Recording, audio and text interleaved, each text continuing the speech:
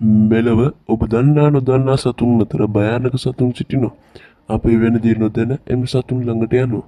අප දැන් එවැනි සතුන් ගැන කතා කරමු.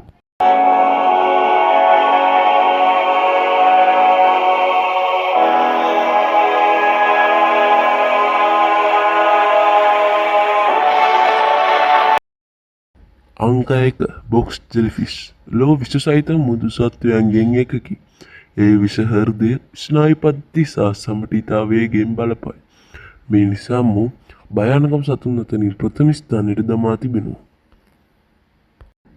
අංක 2 ලුණු දිය කිඹුලා ලොව විශාලතම ජීවමාන උරගයයි. ඉතා බලවත් දෂ්ටනයක් ඇති අතර මිනිසුන්ටද ප්‍රහාර එල්ල කරන බව වාර්තා වී තිබෙනවා. අංක 3 ඉන්ලන්ඩ් ටයිපන් ලොව විෂ සහිතම සර්පයා ලෙස සැලකේ. එක් දෂ්ටයකින් විෂ ප්‍රමාණය ඉතා ප්‍රබලය.